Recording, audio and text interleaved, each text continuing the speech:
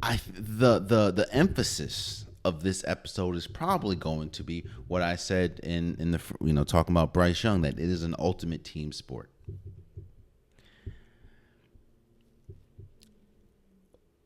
Moments, and I talked about this before. Moments dictate games.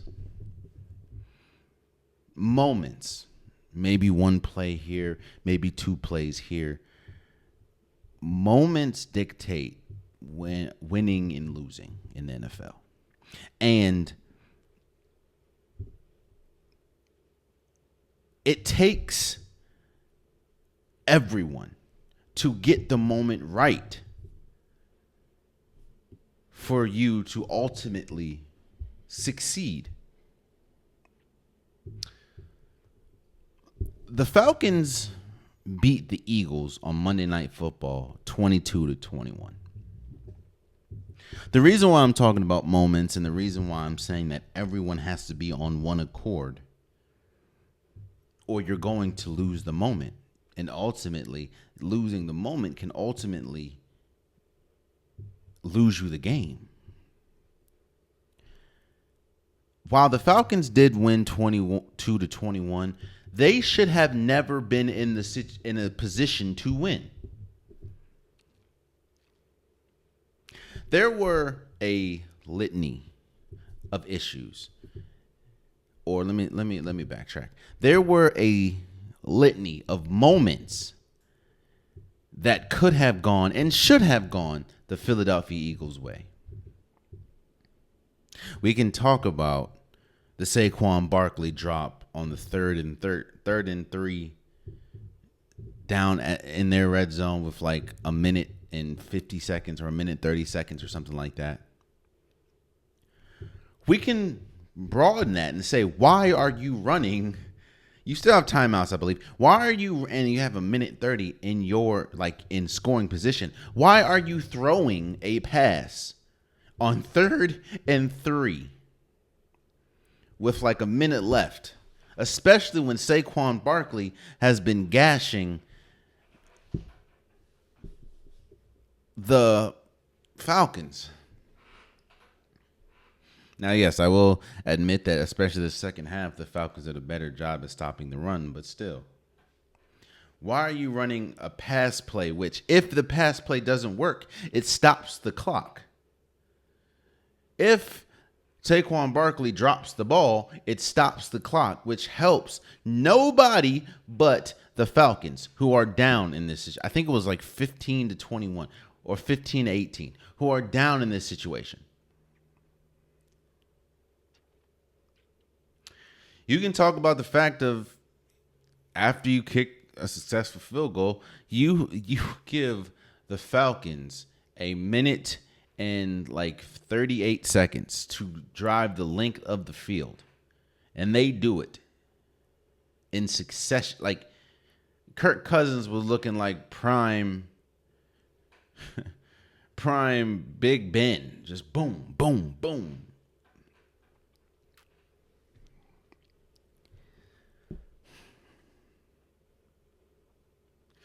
I want to say congratulations and kudos to the Atlanta Falcons. I think the one title and one thing that has been attached to Kirk Cousins, that has followed Kirk Cousins his entire career, whether we talk about when he was in Washington, in Minnesota, and now in Atlanta. One thing that's followed Kirk Cousins is he is not good in primetime games. For a good minute, he had like a 0 and something record in primetime games. He just didn't win primetime games.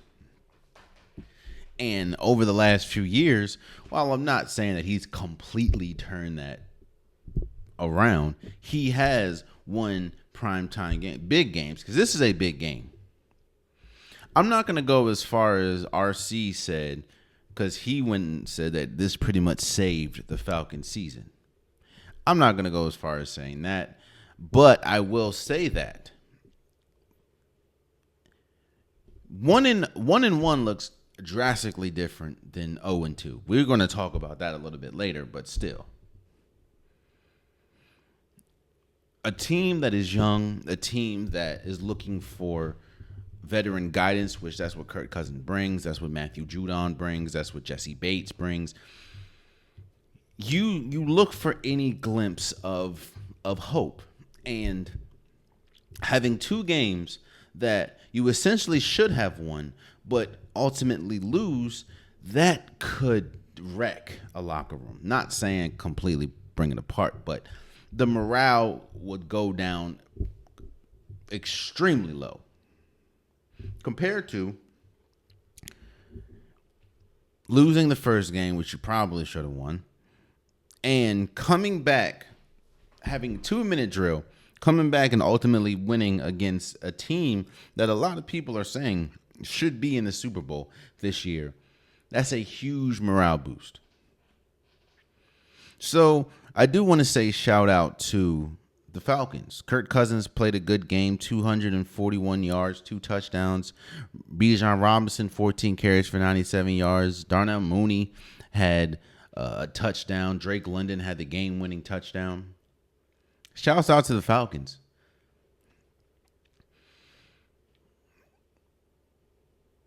But I think that this was more about the Eagles.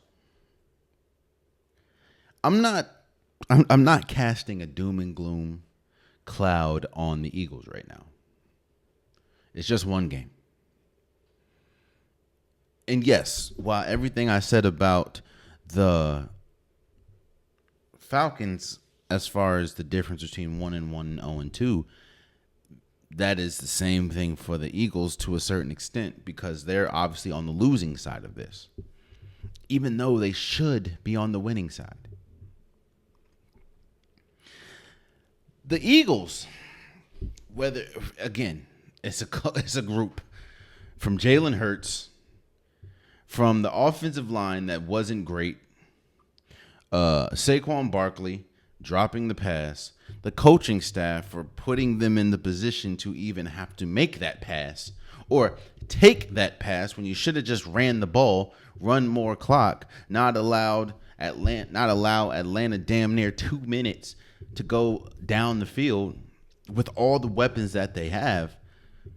It was a collection of issues. It was a collection of errors that cost the Eagles Monday Night Football. Mind you, this is the same Eagles team that, if it wasn't for a couple of breaks, they would be 0-2. They could have definitely lost to the Packers in game 1. Now, obviously, if was a fifth, but still.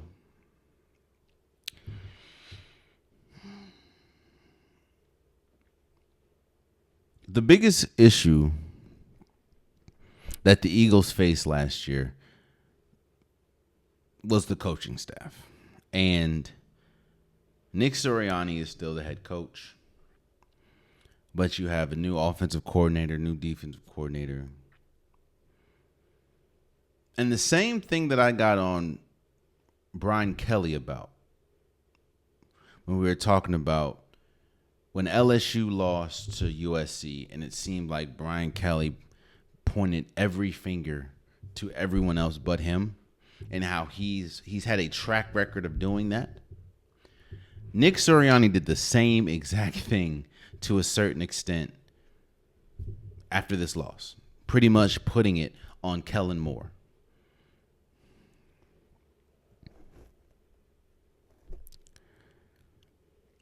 I'm not saying that this is a make or break. I'm not saying that the Eagles season is over. Obviously, the Eagles could have and should have won this game.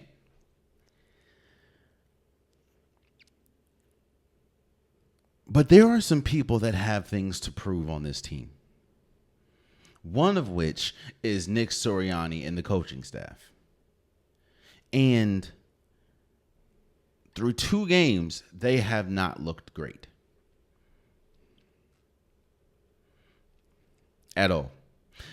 Nick Sirianni pretty much alluded to the fact of, I think the reporter was asking, he was like, yeah, Kellen Moore, he's the offensive coordinator. I am the head coach. When talking about, why they elected to pass the ball on 3rd and 3 instead of run the ball and allow clock to tick, which is pretty much deflecting blame. But yeah, you're the head coach. You can see, wait, why the hell are we passing the ball?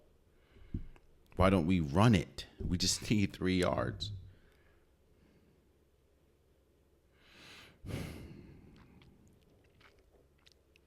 The defense was a huge sore spot last year, and the defense was getting gashed, missed tackle after missed tackle last night. And honestly, in week 1.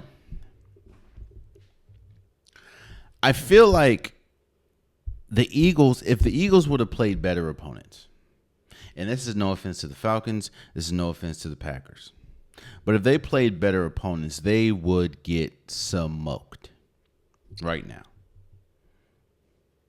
And this is a team that I said is going to compete for the NFC position or NFC spot in the Super Bowl. Again, this is just 1 week, but it feels like Philadelphia did everything in their power to lose this game, and they ultimately did. So, shouts out to the Falcons for if you listen to what RC said, save the season. Shouts out to y'all. Oh man, you stayed to the end of the video. I appreciate you. If you like what you saw, be sure to hit that subscribe button so you'll never miss any content from your boy. You can also go back and watch past episodes, past clips, and don't forget that the Unpopular Podcast, new episodes drop every Wednesday and Saturday. Appreciate you.